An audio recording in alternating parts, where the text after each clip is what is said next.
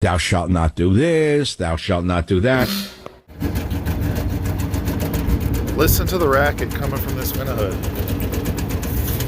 Look at this. Look at that belt.